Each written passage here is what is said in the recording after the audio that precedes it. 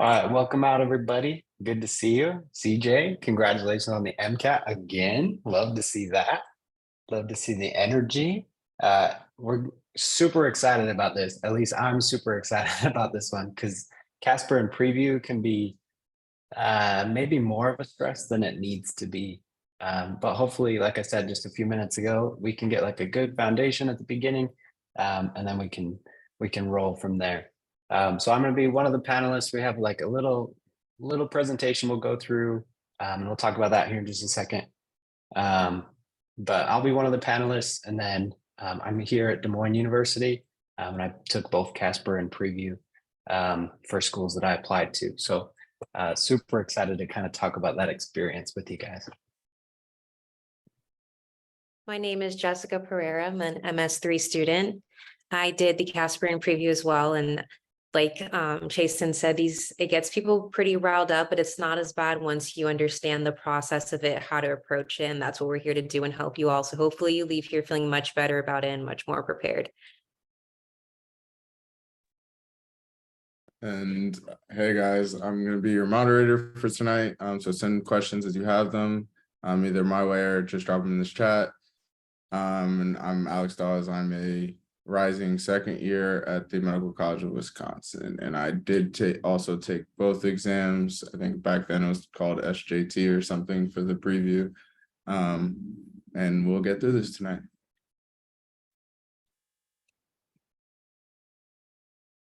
So this is how we're going to do the event today. So just so you guys can have an idea, we're going to go over an overview. We'll do quick facts about both of them. We're definitely going to give you guys tips and tricks to answer the scenarios, how to think these through. And then we're also going to explain to you how do the programs use the results, right? So we're doing this, but how do they look at this? Is there one section that's worth more than the other? How do I know? How do schools look at this? And then we'll additionally at the end have an additional Q&A. If you have any other specific questions that you want to answer, get guidance, feedback on, we'll do that.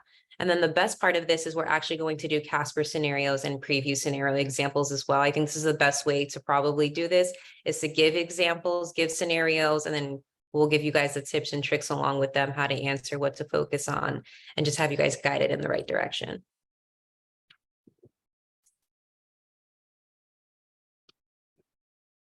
All right, so just some quick facts that we'll go through. So each of these, CASPer and PREview, like I said, they're totally different formats, but they're both meant to test your situational judgment. So let's go through this CASPer list real quick. So it's $85 for 7 programs, and then you have to pay $16 per program that you want to distribute that score to. It takes a little bit longer than PREview. It's 90 to 110 minutes. There's 2 sections, so you get a break in the middle. There's 14 total scenarios, and there's usually 1 to 3 questions, usually 3, but I had one scenario that was shorter than that. But 1 to 3 questions per scenario, and there's video responses and there's typed responses. And so we'll kind of talk a little bit about that as we go through some of the tips and tricks too. But with CASPer, you're going to receive your quartile score, and that's only showing you how you scored against other examinees. The raters, they're maybe purposefully vague at what they're looking for, but they're looking for ethics, empathy, problem solving, and collaboration. And then along with CASPer, they also have what's called a duet. So this is about a 15-minute value assessment. It's included in the $85 purchase to be sent to those first 7 schools. Obviously, it goes like that, but it's to be completed on your own time. So your CASPer exam, you're going to sign up for a specific time that you have to log on at. And you go at that time. For the duet, you just do it whenever works best for you. So it only takes about 15 minutes.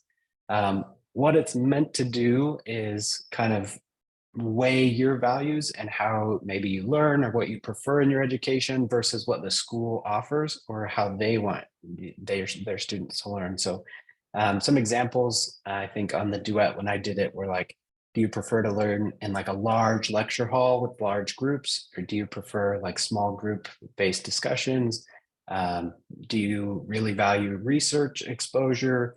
Are you more interested in shadowing experiences if we can offer that? So like things like that, like you'll just basically go through all of those scenarios they give you and you rank them all the way through of like, this is what's most important to me, least important, and then they can see how you match up with their program. So that's pretty much the CASPer. Preview, a little bit different, run by AAMC, so $100, unlimited score distribution. They'll send them to all your schools you want. It's 75 minutes to complete. There's 30 written scenarios, and there's 186 total questions or responses. And that sounds like a ton. But when we get to the format of it, you'll see that it's actually a little bit easier than that sounds. It's not crazy. Each scenario is scored from 1 to 9. A score of 9 means that your response perfectly matched the medical educator's response. And then you get partial credit as you go through those. So you'll get your percentile rank against other examinees, as well as your full score report, which we'll talk about that when we go through how schools use your report. But the raters, this is a little bit more specific than CASPer. So raters are looking for 8 competencies. So service orientation, social skills, cultural competence, teamwork, ethical responsibility to self and others, reliability and dependability, resilience and adaptability, and capacity for improvement. So some of the tips and tricks. So what's important with these exams is that you want to understand what are the raters looking for. And so they're, as Chasen just said, they're going to be looking for your values and competencies. So a lot of people, I think, sometimes get caught up, especially when you're writing out your answers, is the spelling and the grammar, and you're spending time and you're trying to make it like kind of like this essay format and writing it so nicely. And really, they're looking at the content, the message you're sending. How are you interpreting the question? How are you answering the question? That's what they're looking at mainly. So when you're doing these, keep an open mind about that. Don't stress over the typing skills. They're not, they're not going to dock points off or think of you as a less than student because they use the wrong there or you use the wrong your. Obviously try your best, but don't, in slang you too, like texting lingo either. But they're looking at the content and the message and how can you convey your message and explain what you're saying. With that being said, yes, we're here and we're practicing and we're going to do some examples at the end, but you don't want to over practice either. You don't want it to be like this too rehearsed, glitchy, or like looking online and seeing what other people are doing. And then you kind of, it sounds the same as what everybody else is saying, because you really do want it to reflect truly how you are and how you would handle that situation or how you are as a student. In terms of clothing, so business professional is not required. Wear something comfortable. This can probably make this whole situation go better for you. Be comfortable, try to relax, be open-minded, and that's that. Yeah, I think just to add on to this, Jessica, there's a couple things with the over practicing, like the format of the exam, especially maybe the video responses through CASPer. It'd be so good to like know what it looks like, know what the testing program is, and like the timing of your answer. But don't compare what you say to what their suggested answer is, right? Their suggested solution. It kind of goes hand in hand with keeping an open mind, because the more that you stay out of the box, the better. The more creative you can be, the better solution you might be able to find. So avoid over practicing of like getting to the T of what the suggested solution might be, but get familiar with the format for sure. So how do schools or how do programs use your results? Tons of variation, right? For CASPer, you will only receive your quartile score, but programs receive your entire score report, so they can see all of your individualized scores throughout the scenarios. They might not necessarily look at your quartile score as heavily as maybe sometimes we think they do. And they might be looking for specific competencies or ratings that they're looking for in potential students. For preview, you'll be able to see what your entire score report is. So you'll receive that, programs receive that. But again, percentile ranks are only so useful, right? So they might be looking more at specific competencies and again, what your values are in those areas to be able to determine if they're still interested in you. But at the end of the day, this is like a small part of your application, right? There's so many other things we have to do, so many boxes we jump or boxes we check and hoops we jump through. But this is a part of it. And it'll tell them what they want to see. But at the end of the day, if you get a first quartile CASPer score, that's not going to tank your application. There's plenty of people that 25% of people have to get a first quartile score, and there's plenty of those people that get accepted to medical school regardless. So. Oh, froze. There we go. All right, so from that, is there any additional questions? You can drop them in the chat or raise your hand and we can have Alex call on you. But any additional questions, maybe just about like the overall CASPer or PREview exams?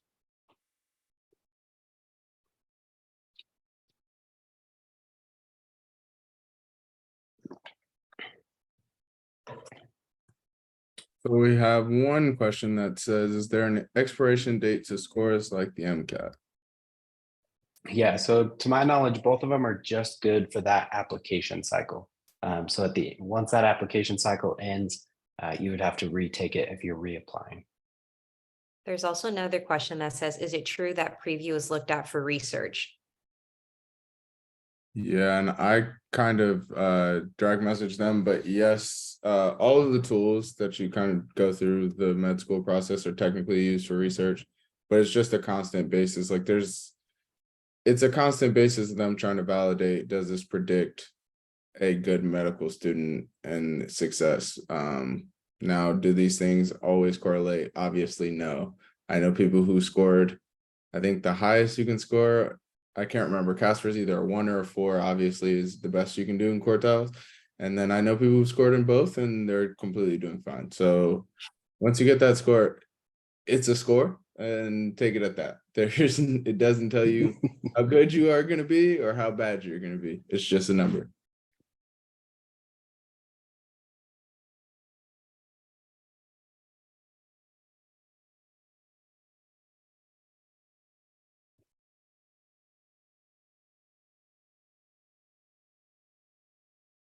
Thanks, CJ, for the clarification. All right, any other questions? We'll do some practice.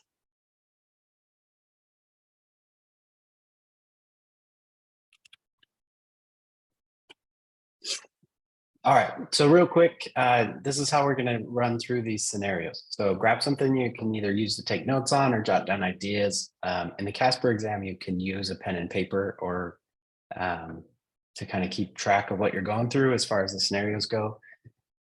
So have something ready to do that. We're going to read through each scenario. We'll switch off as we go through that, but then we'll give you 90 seconds to kind of consider that scenario, write down what your main takeaways are, your main ideas or key points. Then we'll go through each of the questions individually. When you actually take the exam with CASPer, it'll present you all of the questions at the same time. But we're going to go through them individually just so we can stay on track with the group. So to make a suggestion, either toss it in the chat or just use the raise a hand function, and then we'll have Alex kind of go through those. And then remember, again, just keeping an open mind. Remember, there's no wrong answers.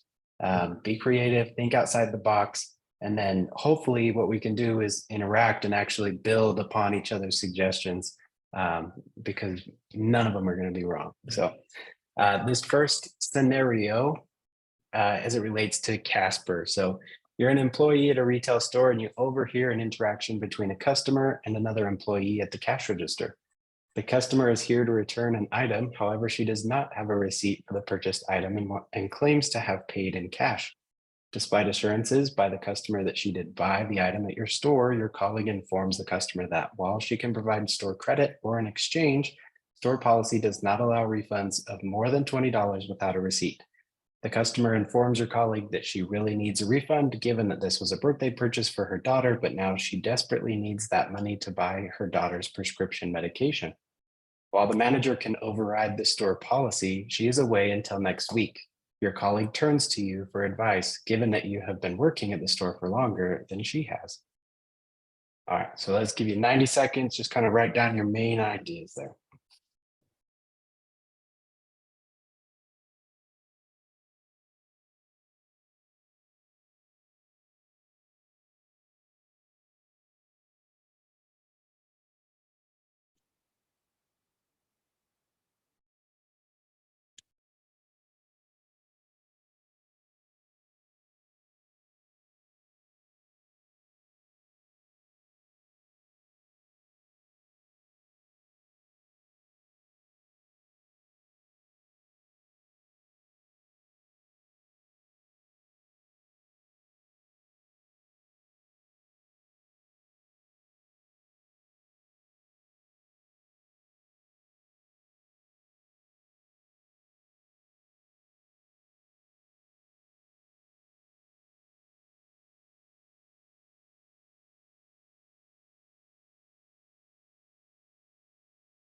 All right, just another 30 seconds.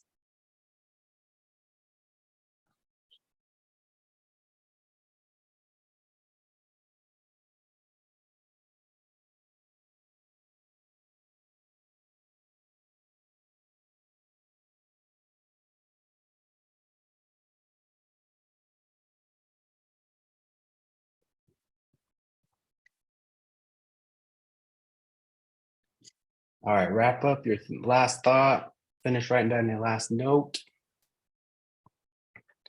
And yeah, you can start dropping some of your key points if you want to into the chat. That's perfect. I'm going to flip to this other slide.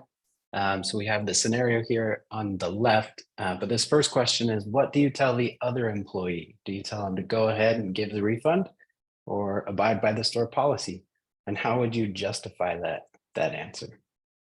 So you can drop that in the chat or just raise your hand and then we can have Alex call on you.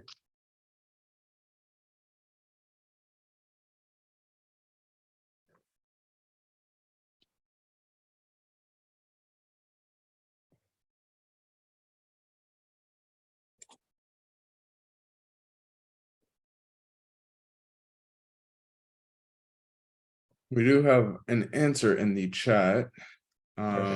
Says I would start off with an open mind and be as professional as possible, so the situation will be completely neutral.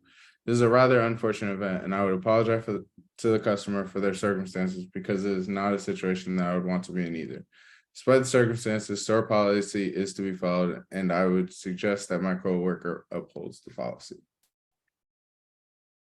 Yeah, I like that. I like that answer. It has a lot of those components that go into, I think, like reliability and dependability, right? Maybe that's more of like the preview competencies specifically, but it kind of follows those ethics that raters would be looking for. So that's great. What other suggestions we have?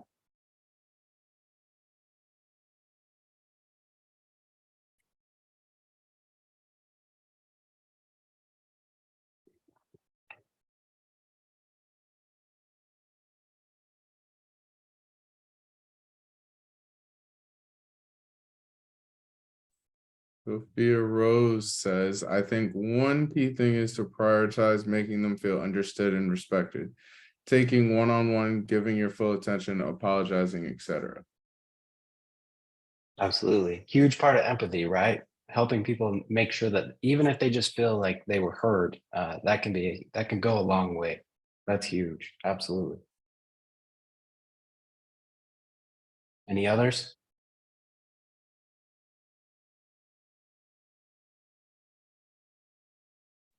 I can talk out loud because I take forever to type, but I was thinking Yeah. of creative solutions. I remember I'm kind of cheating because I've seen this scenario before. And a tutor that I've worked with through pre-medley, which is how I met CJ, recommended a creative solution of like looking into store policy to see if there's a community fund or finding a way that's creative to get the customer the money without breaking store policy and essentially making sure you're following the rules while also trying to find the best solution for everyone involved. Yeah, I love that. I love That's really that. good. I think what it touches on is you're not taking the scenario at face value, right? You're looking outside of what they give you in the scenario. And you're like, okay, what other solutions might be out there? Like looking for a community fund, like you're just not assuming that you have all the information from this tiny little passage. You're looking for more of that. And I love that. That's a great suggestion. We have more responses as well in the chat. Yeah, we do. Sorry. Ava says CJ actually first says, I would explain to customer why policy is in place as well. That way they do not feel targeted. Ava responds and says, can also explain the situation you are in and suggest they return next week when the manager comes back if they're not satisfied with the solution we gave. I like that idea. And then Absolutely, right? also writes, I wrote something similar to the compliance of the company protocol. However, I would provide resources that helped with insured medication. Oh, okay. I like that too. Trying to find a solution for maybe the future problem or the problem she's trying to solve, right? I like that. I like that one a lot. All right, we're gonna go on to question 2. This is great. That was a perfect start. Let's see if we can go. There we go. Assume you advise the newer employee not to give the refund, but she does it anyway. Do you report this to your supervisor? Why or why not?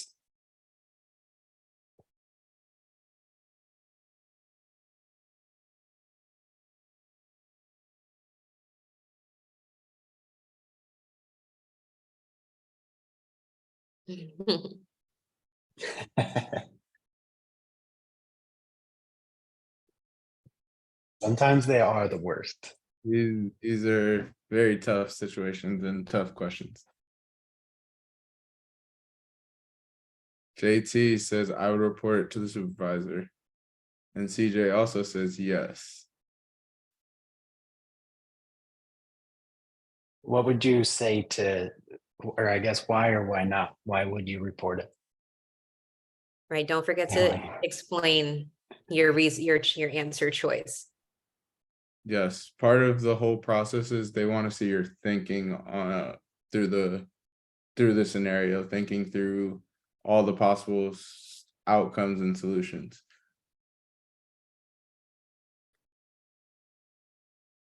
Yeah, Sophia Rose writes, classic example is giving them a chance for them to tell supervisors themselves. And clearly you've been practicing. That Yeah, for real.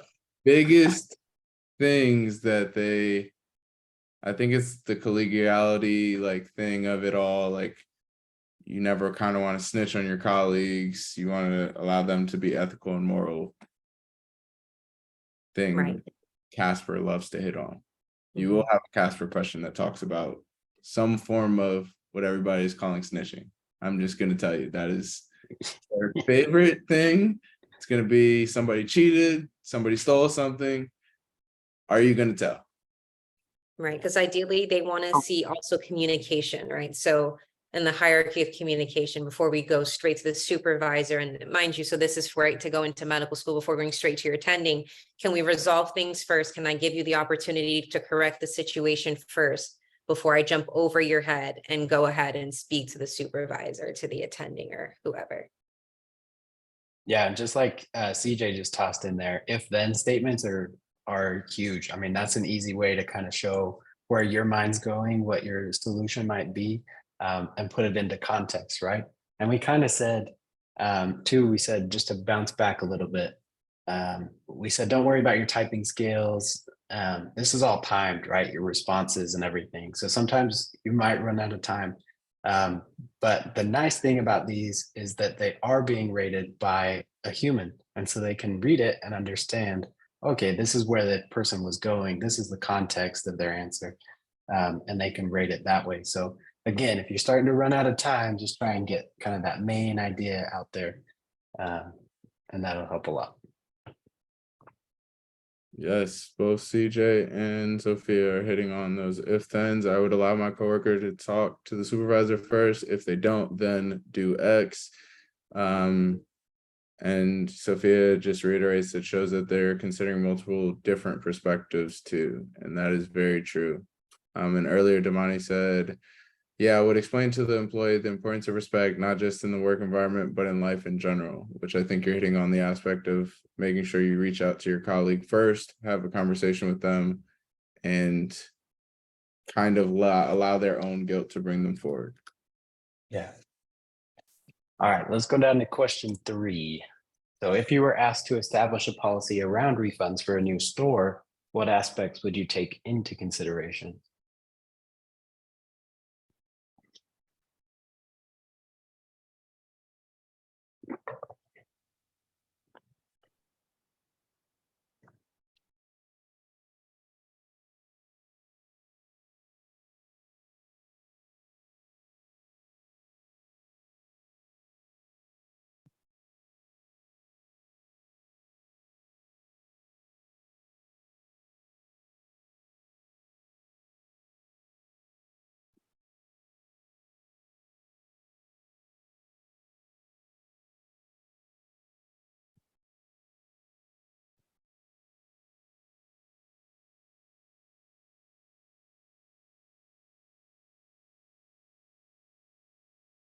Yeah, charity fund or community fund, like was mentioned earlier, that would be huge. I mean, that's something I didn't think about.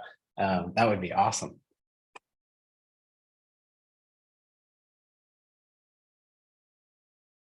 Sophia said, I think I would throw out all the things to consider here.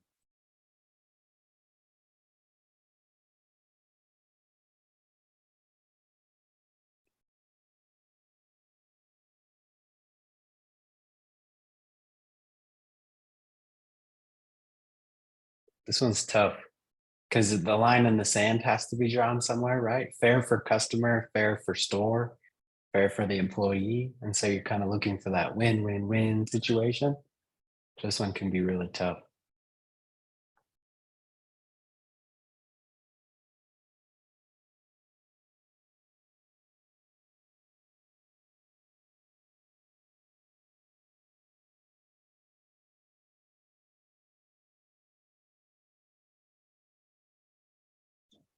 Yeah, Sophia, you basically just said what I said, but more eloquently. You said how to make sure the company isn't being taken advantage of, but also making it reasonable for customers.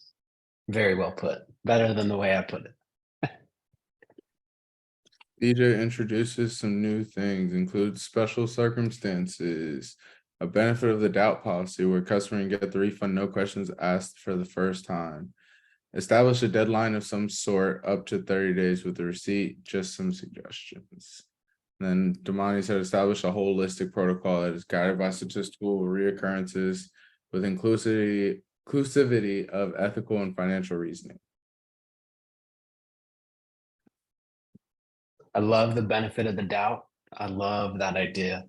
Um, I guess there would have to be some sort of tracking to that, right? But that's a great idea. And kind of going off of that idea of maybe tracking, something that just popped in my head about receipts. Nowadays we can just put in a phone number and tag somebody's receipt to their phone number. So maybe you just implement some sort of system. So, all right, what's your phone number? Pull it up, boom, here's your receipt. You don't have to worry about keeping it around kind of deal. Especially The now with the others? email receipts, that's good. So you can just go into your email and pull it up, even, so we all lose paper and things.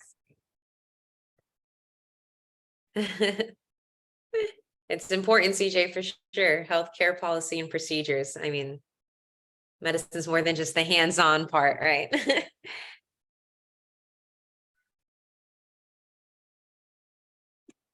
All right, I like those suggestions a lot. So this is kind of our first scenario. That's kind of maybe not exactly how it'll go in the test format. So like we said earlier, get into the test format, like their actual program and software. So you can see like what the timing of it is and how it works for you. But again, just keep an open mind and, think outside the box. Let's go to the second scenario. All right. You are a member of a study group and you observe members of your group having a heated conversation. Mike and John are confronting Sarah about her inconsistent contribution to the study group. Mike and John are upset that Sarah did not contribute to the study session today and accuse her of not being prepared. Sarah defends herself by saying that she has been busy writing an important paper. Mike and John inform her that they also had the same paper due, and despite that, were able to show up prepared for the session. They then accused her of regularly coming to tutorials unprepared, suggesting that she's only learning from the information that they have provided during the study sessions. Sarah informs them that she has been under a lot of stress and that they are not being fair to her. She prepares to leave due to their negativity. So go All ahead right, and 90 get your seconds thoughts on the together. clock.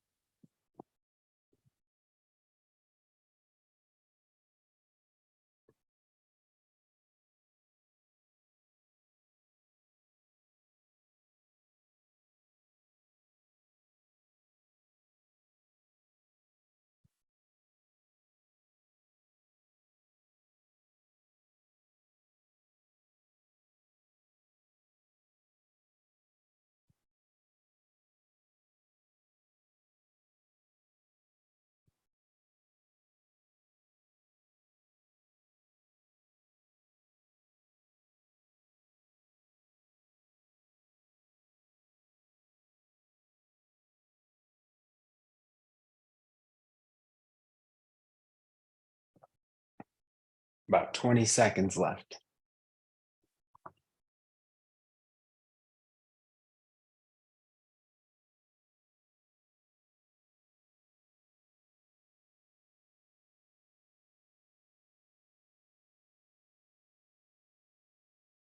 All right, wrap up your last thought.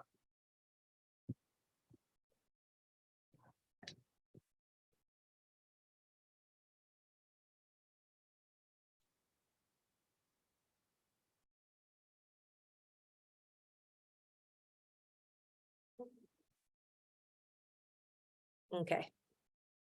So question 1 for this second scenario. You are a member of the study group and have not participated in the interaction so far, but now the group is looking to you. How would you diffuse this situation? So either raise your hand and speak, or again, you can just type in the chat.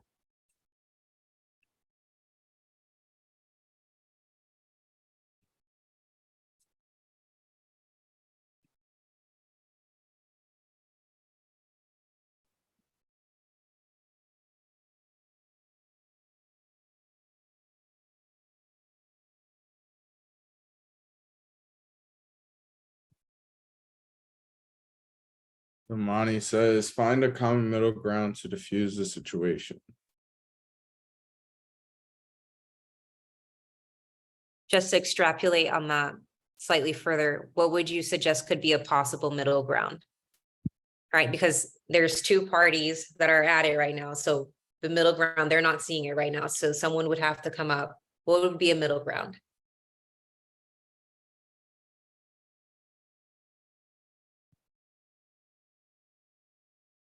I would suggest giving Sarah the benefit of the doubt and maybe suggest some resources that might be available to assist Sarah. But also explain to Sarah that to be a member of a group, she has to be willing to contribute. Okay.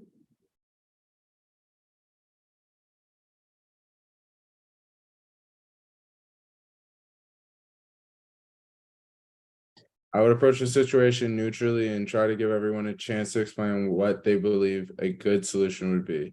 We still do not know what Sarah is dealing with, and we would probably do well with more hands involved. It would be better to give everyone an equal chance at contributing. I don't know, this is hard. I like that, Jay. I like the approach of being neutral and also allowing everybody to express how they're feeling and express or give a solution as to how they think they could move forward best as a group so that everybody's heard. Yeah, So- that goes back to that point, just like making sure somebody feels heard, right? That goes a long way, just talking and getting it out in the open, rather than maybe blaming or pointing passive aggressiveness at somebody. Yeah, for sure. And Sophia says, step in to help moderate some active listening skills, give both parties an uninterrupted time to speak. Maybe also check in with Sarah one-on-one after, as she was put in an uncomfortable 2-on-1 situation. Also consider other things going on in Sarah's life, such as learning disabilities, etc. Overall, express understanding of both sides and promote respectful discussion. I think that is huge, because you're also showing compassion for Sarah in the moment. And I think it's important to consider what she has going on. Yeah, I like the thought of checking in later too. Again, looking outside of the passage, right? We don't have to stay together as a group right now. We don't have to figure it out and diffuse the situation immediately. So maybe give it some time, give it some space. That might be helpful. I like the Steve- one-on-one as well. So there can be a better understanding. And so that's not being misjudged as somebody not caring and not contributing while the others are working harder. And that way, as a person that's in the middle diffusing, you can come back and explain better how the other person was feeling. And this is what they said, and this is how they would like to move forward in this time. Perfect. And CJ says, would make sure everyone understands the project is important and feelings are heard. I would then suggest to let Sarah explain or talk about her situation if she would like, so that her classmates can understand. Would also let Mike and John know to be considerate of outside circumstances and to have open ears when a classmate may need help. but then let Sarah maybe take some time off, but see if she can find time to make up some work later. And I would suggest Mike and John to maybe find other ways Sarah can contribute. And I think this one's also important because overall, really the scenario, you just have a lack of communication. I think, and that's where all parties get frustrated. And so just reiterating that if you give them the opportunity to communicate and foster an environment where communication is healthy and not one side feeling attacked versus the other, you're going to more likely to get a better outcome.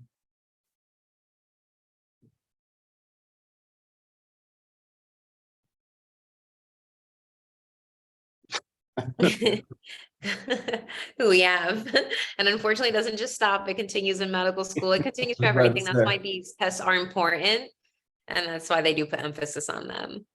So let's go on to question 2. Do you agree with the 2 students who are upset with Sarah? Why or why not? Question is a trap.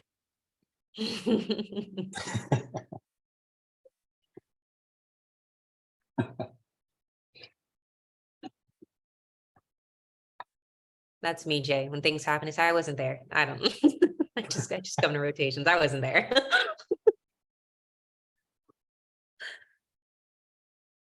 Yep. I don't feel like I can come to that conclusion without hearing Sarah's side.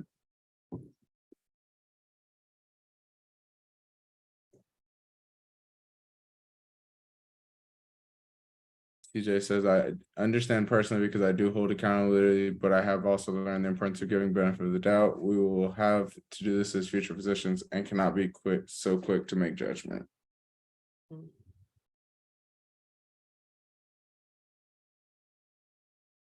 Sophia says, I feel like I lean towards overemphasizing Sarah's struggles, which is certainly important because empathy, but also want to make sure everyone feels like they're on a team with accountability and fairness.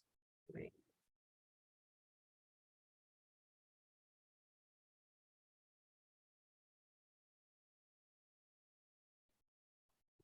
You're all doing very like well all- with the answers. I like all 3 of those. They all kind of hit on that same point of kind of hearing both sides of the story, not jumping to conclusions, not making judgments. And any of those are pretty good buzzwords in your answer. For sure. I also like, Sophia, how you ended, but also making sure that everybody understands, being on a team, accountability and fairness too.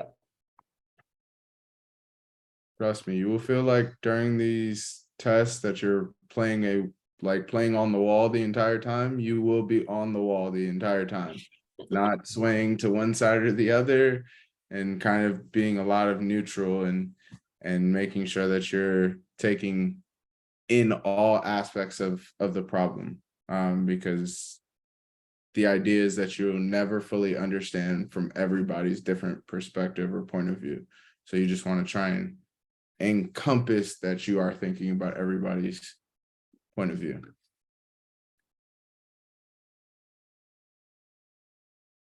The third question, what suggestions can you make to help the group function better going forward?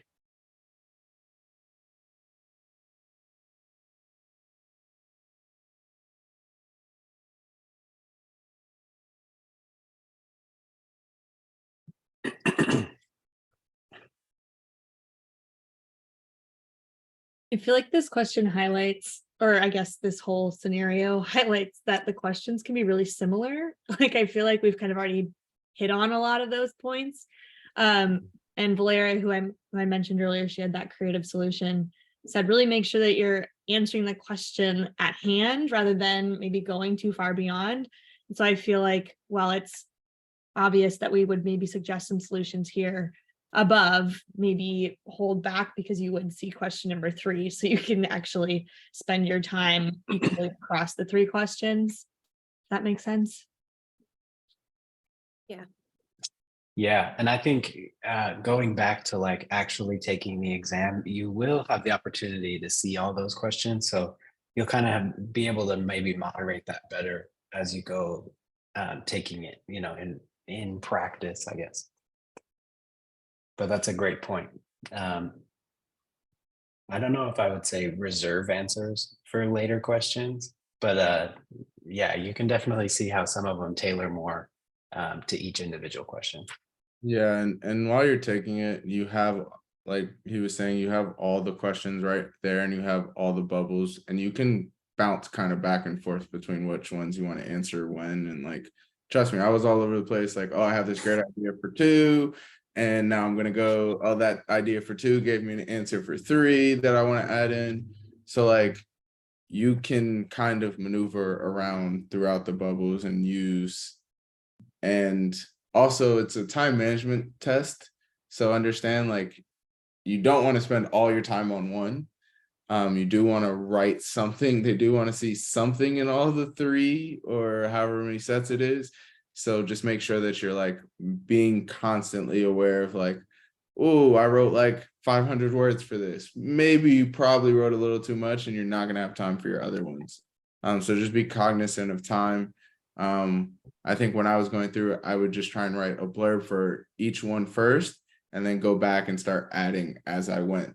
As that time, I knew I have time to expand even more, just so I had my main core thoughts in each one first before expanding.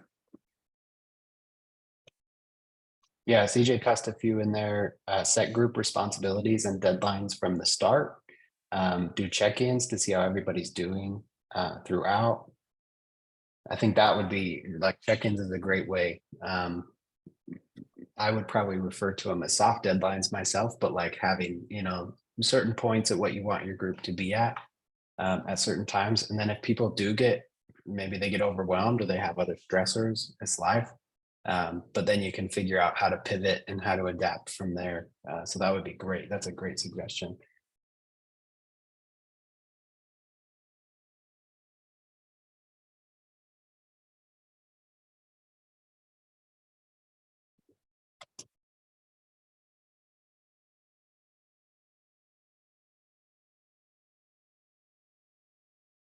Ava also suggested maybe you can suggest that Sarah comes up with the schedule for the next time they meet. That way she can take into consideration whatever she has going on and still be able to contribute up to par with the rest of the group. I guess giving or delegating some of that responsibility, that's a good suggestion.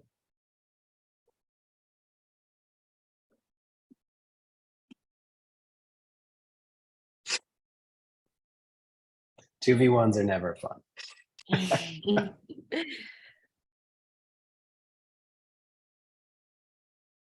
All right, any questions? These are the 2 CASPer scenarios that we had to go through. Are there any other questions or thoughts before we kind of wrap up CASPer and then move on to the preview side of things?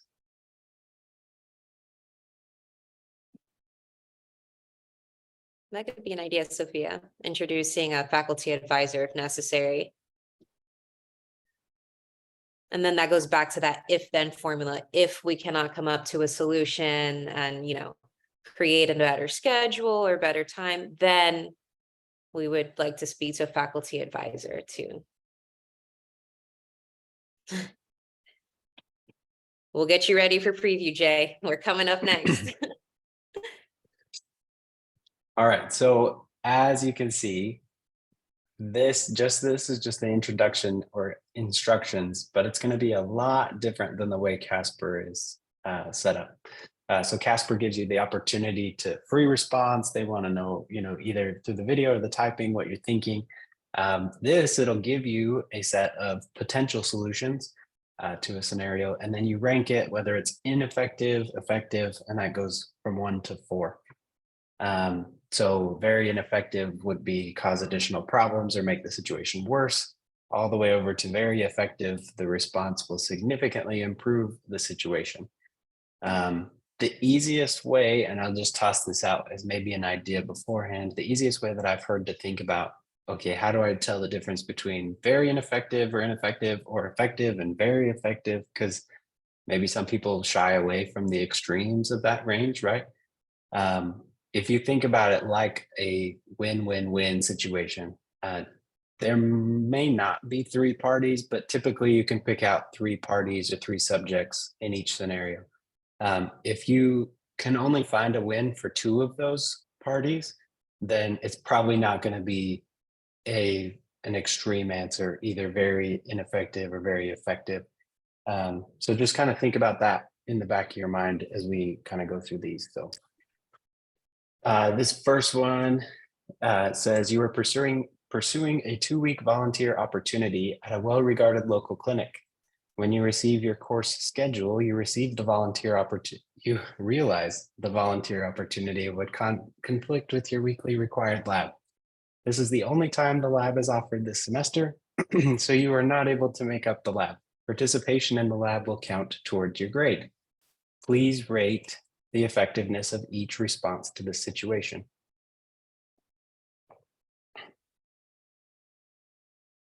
So this first one here, so skip your lab for 2 weeks to attend the volunteer opportunity. And if you want, you can just toss in the chat 1, 2, 3, or 4, what you kind of think. 4 being very effective, 1 being very ineffective.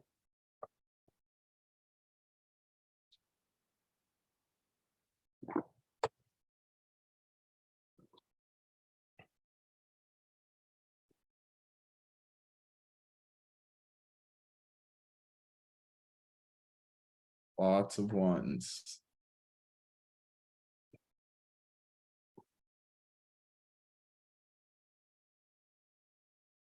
Oh, my bad. Does somebody want to expound upon why they think it's very ineffective?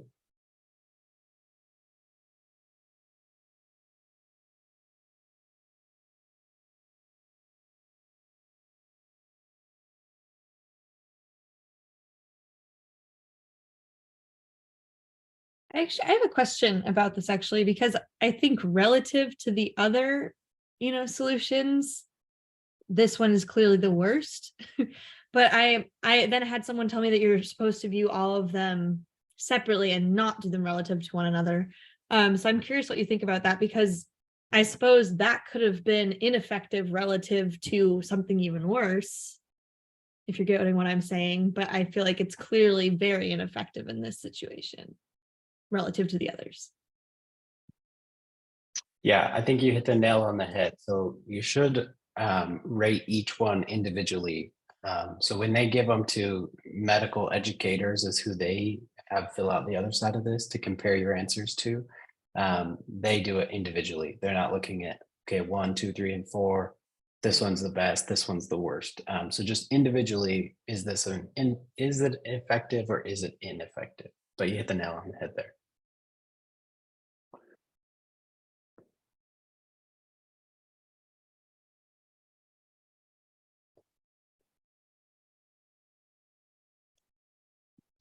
And I would definitely agree that this is very ineffective.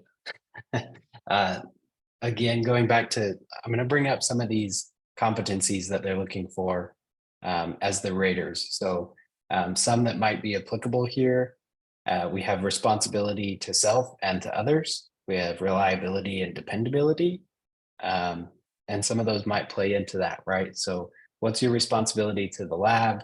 What's your responsibility to yourself if it's a required lab? And then, what would that responsibility look like to the clinic? So kind of taking in all of those, but I feel like this one's pretty obvious, at least by all the ones that got tossed in the chat. So the second one, ask your lab instructor to identify a solution that will allow you to attend both.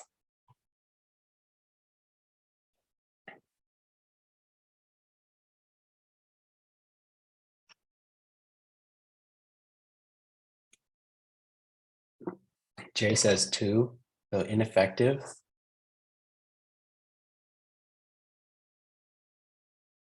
We have a 3, few 3s.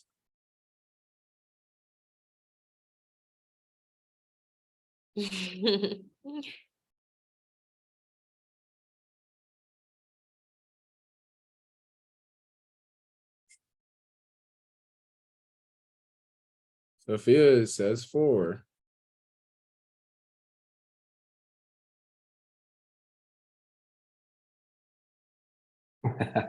We're all conflicted. Sophia, if you don't mind, what would your case be for a 4? You don't have to, but if you're willing. Well, actually, I guess it's asking the professor to identify a solution, so it's less of a conversation. So I guess maybe reading it back, there could be like coming up with a solution together. But for the most part, it seems like you're approaching your professor, trying to find a way to both, actually volunteer and do the thing you're passionate about and excited about, while also meeting the requirements of your lab and doing so through communication. And I guess I'm really not an objective person, so this is going to be harder for me. But I think of these five, which I know I'm supposed to look at them individually, but this seems like the most effective. Yeah, I like your reasoning, kind of going to your lab instructor and kind of seeking to find a solution. Personally, the way that I read it, I might read it a little different in that it's kind of asking the lab instructor to figure out the solution for you, Right. instead of you taking the responsibility on yourself, which is why I would make it more of an ineffective response. But I totally I totally understand your perspective there. Thank you for sharing. Trust me, this is a very hard one, especially when you go into comparison of other things. So try not to compare, try and read and stay tunnel visioned. It's really hard. Even when you get in on the test, you're going to want to read and be like, that doesn't sound too bad. But like really think for what it's talking about and asking you. Right. So just look at that individual question so that you're not comparing it to others. And then remember the competencies that Chasen was talking about, responsibility, right? So yes, you have a confliction with the class, but really, as mean as it sounds, it's a you problem. So then to look for the professor to solve the answer or give a solution is, so just know that that's how this question is going. Yeah, don't go to anybody with more problems rather than come to them with solutions to those problems.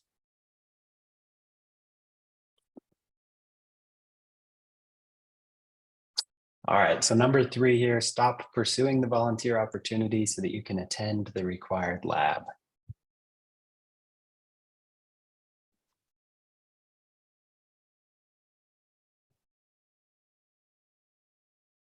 We have a 2.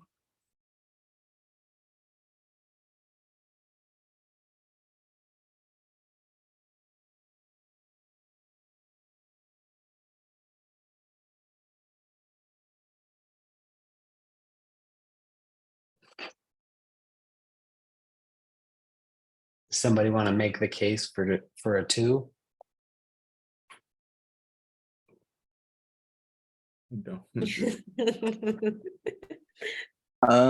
I was gonna say 2 only because the lab is for like a class while the other is like a volunteer, like an optional obligation. And so I think you would want to make your priorities straight and maybe attend the things that you have to attend to first. And then if you have time for those secondary things, then make time for that. But I wouldn't replace it the other way around. That's really good, CJ. The priorities, and so since class is more of a priority, that has to be taken care of. That's good. Yeah, Jay just tossed in the chat, stop pursuing the volunteer opportunity is so strong. Like, why so serious? And that's kind of what hits me, right? So stop pursuing it. Maybe in my mind, I would think like, well, maybe I can see if I could do it in the future or get on a wait list for the future. But stop that's a strong word, and kind of forces you to make a decision between each side.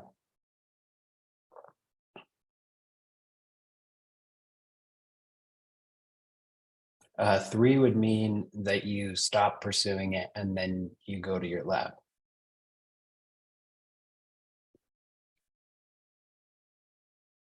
Okay, so I think I said 2, but I just explained 3. So I hope I didn't confuse anyone. I meant 3. We understood. Yeah, we got it.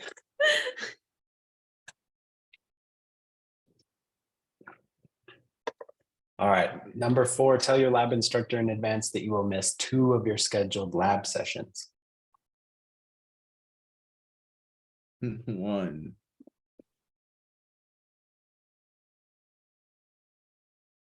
And they know these questions are tough. Like they know that they're not giving, they're just telling you, tell your lab instructor in advance. They're not saying that you're saying you'll make it up later. They know that what they're doing when they're giving you just this one little snippet.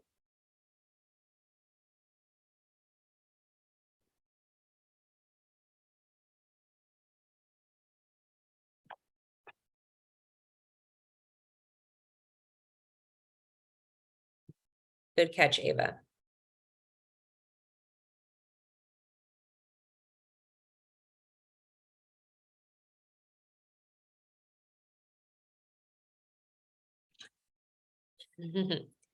They're preparing you for the future, CJ. It's all difficult decisions all the time as a physician, as a medical student.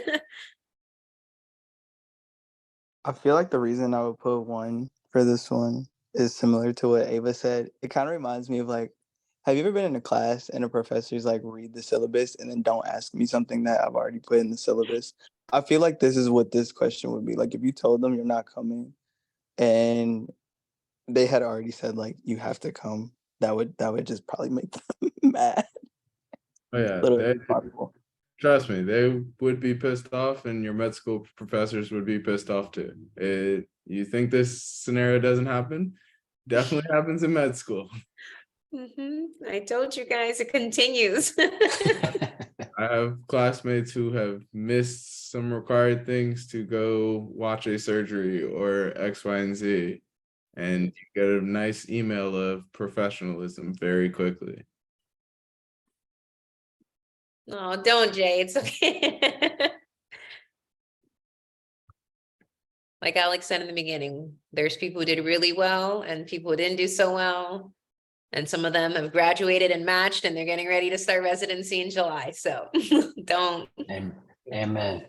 Trust me, and just embrace it. Like I think we just had a session before we ended M1, and we went through everybody who got like the amount of like percentage of people who get emails about professionalism or something. You get dinged at some point in med. If you don't get dinged at some point in med school, I doubt I doubt you really went, because at some point somebody's gonna say they don't like the way you did something. So just understand it. At times there will be something, and you just kind of have to be like, yes, I understand and learn from it.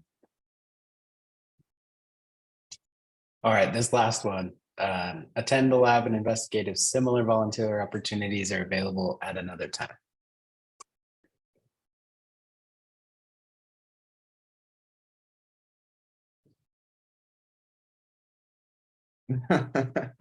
Lots of floors.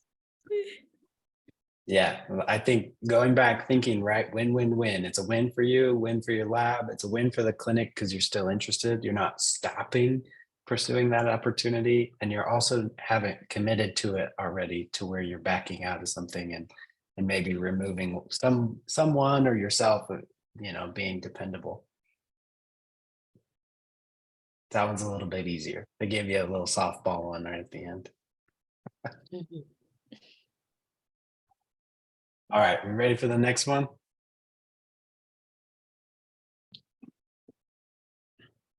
All right, sample 2. During class, your professor observes you participating in a role play exercise with one of your classmates. You are acting as a doctor and your classmate is acting as an angry patient. The role play is tense but stays on course. You think you performed well, but after class, your classmate gives you unexpected negative feedback that you missed several opportunities to comfort the patient and calm the situation. You are now expected to attend a debriefing session with your professor.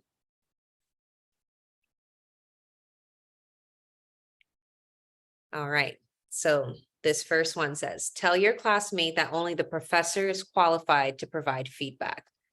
You can drop your answers in the chat again. 1, very ineffective.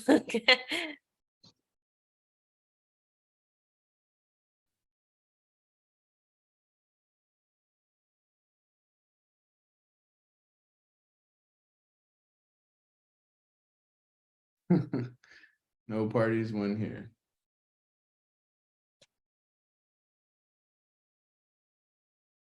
I can be honest with you guys now, as being a 3rd-year medical student, I see to answer this. I'm pretty sure I would have answered this as very effective back when I was 23, like it's not your role to tell me anything. And now I'm sitting here matured and refined and I'm like, oh, I'll take into consideration your feedback, but I don't have to like do anything with it. I'm pretty sure I would have botched this one a few years ago.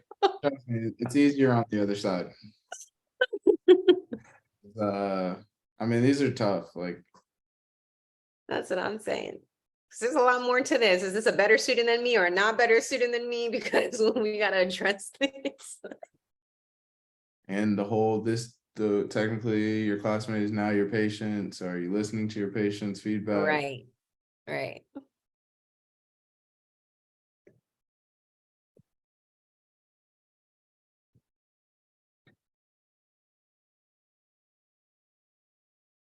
All right. The second one.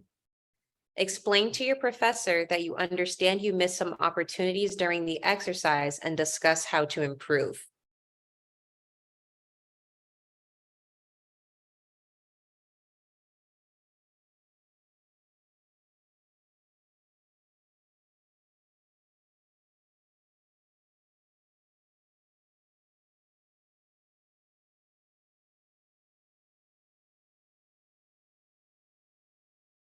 Good. I see a lot of fours. So here, the big thing, accountability, right? So sometimes it's not even about what happened in the situation. It's just taking accountability for it and then coming up with a solution for the future, how you'll do better and how we can make sure the next time this same scenario happens, we will respond to it better than we have currently. Not like Yeah, I how think it 23-year-old me would have answered. it definitely removes that component of confrontation. And so it takes that away, it diffuses that possible conversation, but then again, taking accountability, responsibility for your performance. And then again, what they're also looking for is your capacity for improvement, to take it back to one of those specific competencies. So showing that you want to improve. All right. Number 3, skip the debriefing session because you have already received feedback. The one that really happens. Right. We're not being 23-year-old Jessica. We're refined and we're third year and we understand. You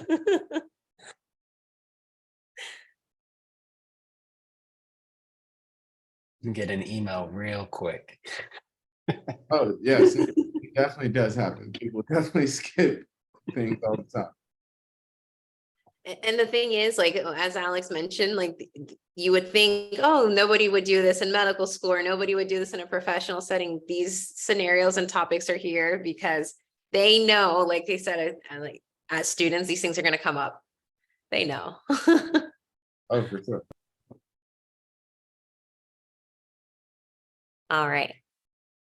The last one, ask your classmate how you could improve your performance in the future. 3 question mark, threes. Does anybody dare to put another 4?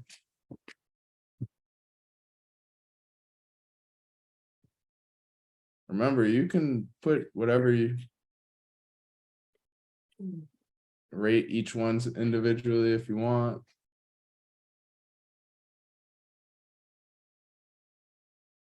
Does anybody want to go with why they think 3 versus 4 or 3 versus 1? CJ said he's between 2 and 3.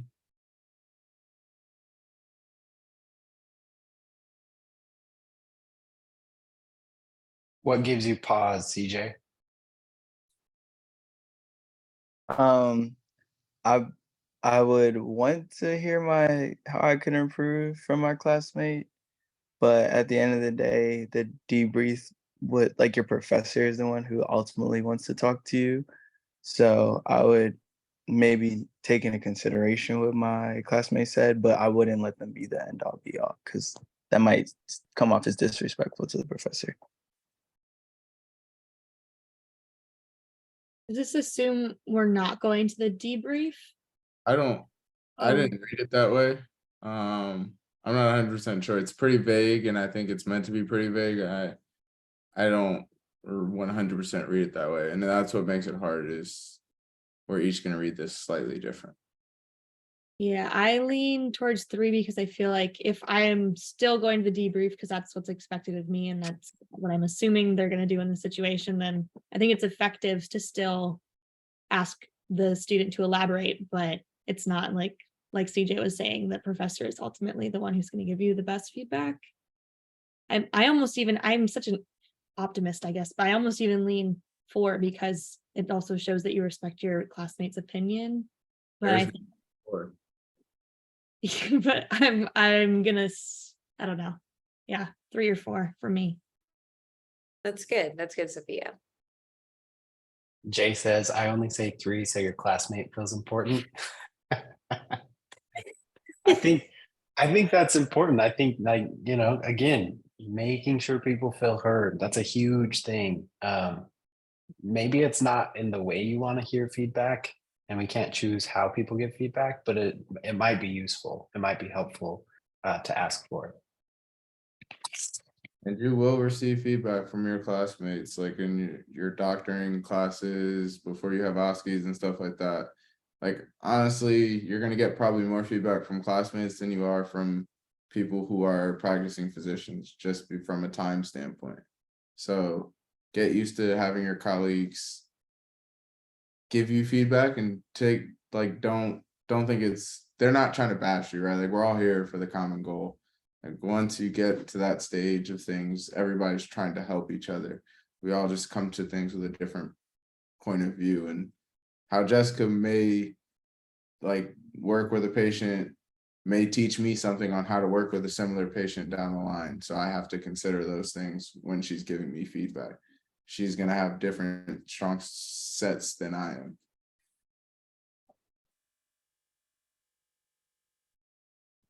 It'll come in handy with bossy nurses.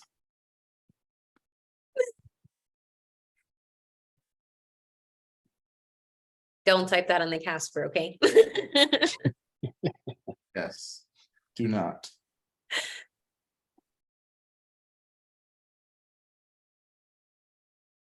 All right, we can move on.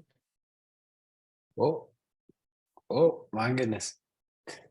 All right, so just a recap, understanding what the raters are looking for, values and competencies. They want to see the content. They want to be able to look at the context of your writing, right? Not the spelling or the grammar. They're not worried about what you're wearing, as long as it's not overly distracting.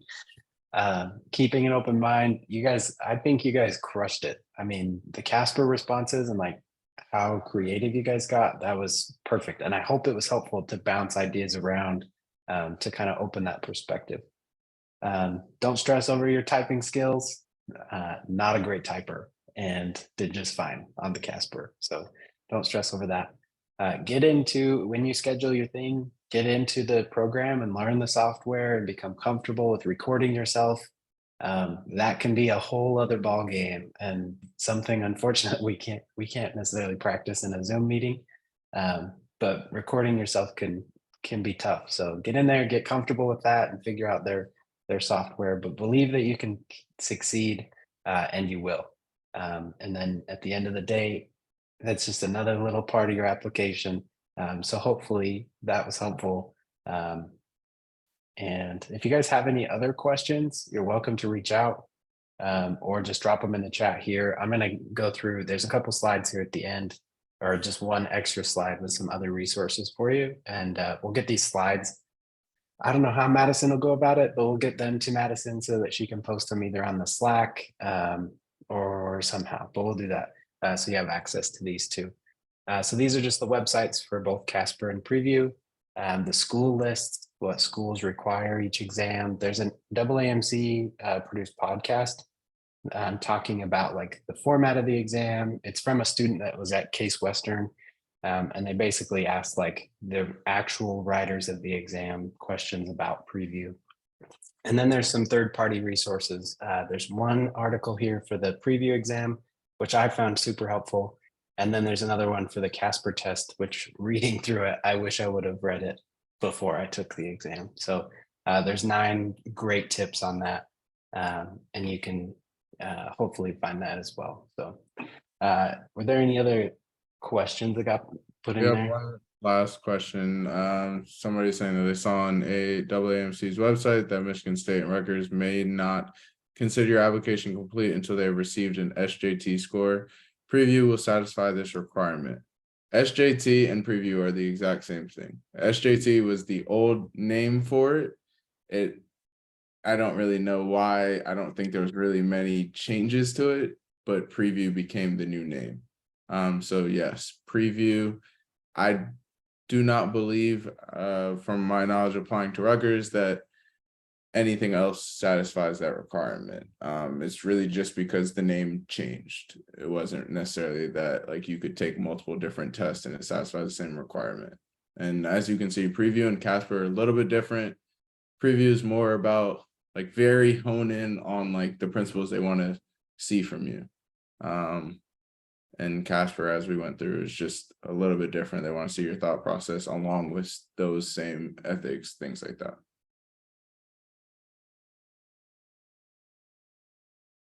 No, you're completely fine, Ava. Trust me.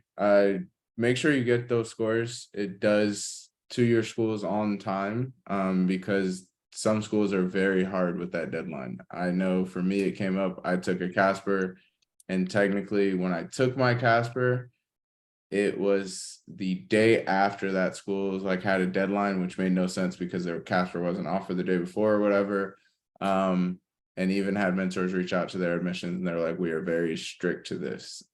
So make sure if you can sit for them earlier.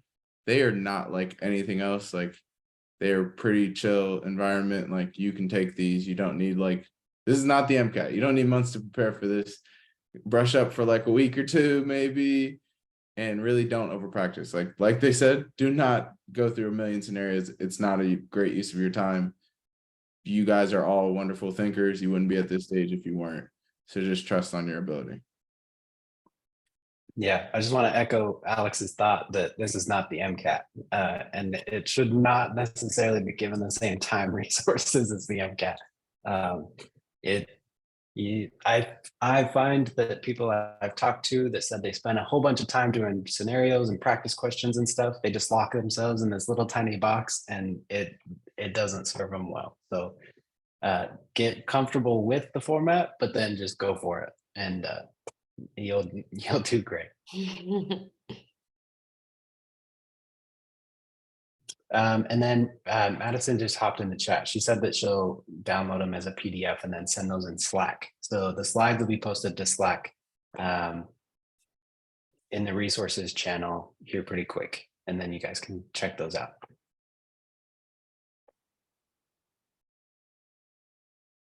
Any other Any- questions? Oh. Well, we hope this was very beneficial, and you guys can always contact us on the Slack. You can DM us if you have any other questions. If you're practicing for these and you're uncertain about something or you'd like to get clarification, we're all here to help. Thank you all for attending, and we hope the interactive basis was helpful instead of us just lecturing you and telling you how to answer things. Thank you for your participation. That was really good. And you guys honestly did a great job. Thanks, everybody. Have a good one.